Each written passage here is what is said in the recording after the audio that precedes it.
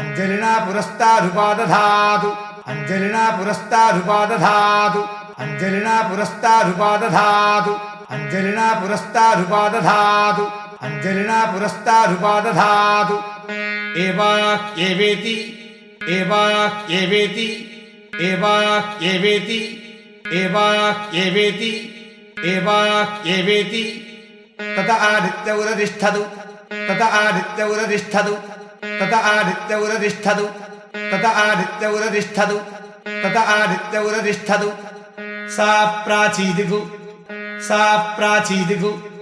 सा प्राचीदिगु सा प्राचीदिगु सा प्राचीदिगु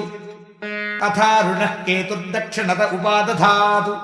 अथारुणः केतुर्दक्षिणत उपादधातु अथारुणः केतुर्दक्षिणत उपादधातु अथारुणः केतुर्दक्षिणत उपादधातु अथारुणः केतुर्दक्षिणत उपादधातु अथारुणः केतुर्दक्षिणत उपादधातु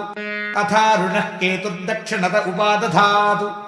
एवाह्यघ्न इति एवाह्यघ्न इति एवाह्यघ्न इति एवाह्यघ्न इति एवाह्यघ्न इति ततो वा अग्निर्तिष्ठतु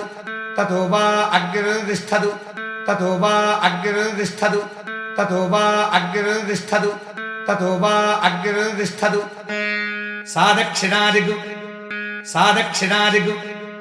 सादक्षिणादिगु सादक्षिणादिगु